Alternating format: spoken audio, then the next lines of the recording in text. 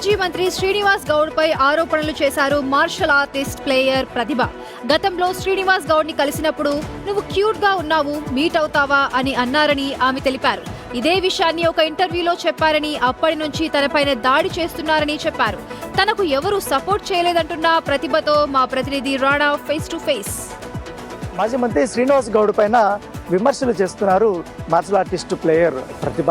ఏం జరిగింది ఎగ్జాక్ట్లీ అంటే ఇప్పుడు జనాలు మీరు ఎవరు ఆలోచించినా బేసిక్ అర్థమవుతుంది. వాయిస్ లేనప్పుడు, వీళ్ళ దగ్గర పవర్ ఉన్నప్పుడు ఈవెన్ నాకు కేసు ఫైల్ చేయడానికి కూడా ఆప్షన్ లేకుండా మొత్తం నా ఫ్యామిలీ ఎక్కడ డిమాలిష్ అవుతుందో అని అనుకున్నా. తీసుకున్నా యాక్షన్ తీసుకొని 1 year తీసుకుండ్రు. ఇమీడియట్ ఏం చేయలే.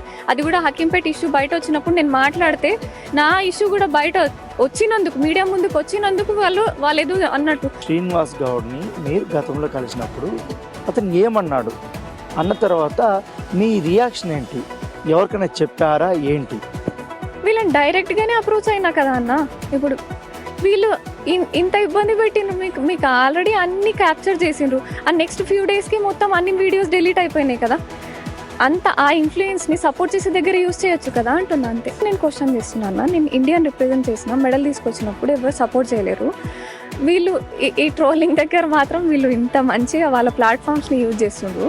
మీకు ఏమైనా రివార్డ్స్ సంబంధించిన రివార్డ్స్లో హాఫ్ ఇవ్వమనుడేమన్నా అందుకే వాళ్ళ ఆఫీస్ మళ్ళీ ఎప్పుడు వెళ్ళలే. నేను ఎప్పుడు హాఫ్ ఇవ్వమని అడిగిన తర్వాత మీరు ఏదో క్యూట్గా ఉన్నాడు అనేది ఒక కామెంట్ చేశారు. అది బిఫోర్ ముచ్చట. లైక్ వీళ్ళకి ఎవరితో ఏం మాట్లాడుతున్నాం కొంచెం ఉండగా నన్ను ఇంత టార్చర్ పెడతారా? సోషల్ మీడియాలో మిమ్మల్ని టార్గెట్ చేస్తూ కామెంట్లు పెడుతున్నారు, మిమ్మల్ని బెదిరిస్తున్నారా? ఎవరు? వీళ్ళే కార్యకర్తలంతా ఆగమాగా మాట్లాడుతుండ్రు. ఈ పార్టీ మొత్తం నాకు అగెనిస్ట్గా. నేను అసలు వీళ్ళకి ఎప్పుడైనా అగెనిస్ట్ ఉన్నాం. నేను చేయాలనుకుంటే ఎంత పెంట చేయొచ్చు అన్న. ఆ టైంలో ఎంత సైలెంట్గా ఉన్నా నేను. గవర్నమెంట్లో ఉన్నప్పుడు తమకి నడుస్తుంది, ఇప్పుడు కూడా అదే నడుస్తుందా? అదే నడుస్తుంది అన్న. ఇప్పుడు నాకు ఏం జరిగినా కూడా కంప్లీట్ ఈ 3 పొలిటికల్ పార్టీస్ స్టేట్లో ఉన్న బీజేపీ, కాంగ్రెస్ అండ్ బీఆర్ఎస్దే బాధ్యత అని అంటున్నా. అండ్ బీఆర్ఎస్ వాళ్ళు స్పెసిఫిక్గా టార్గెట్ చేసిండ్రు. ఏమని టార్గెట్ చేస్తారు మిమ్మల్ని?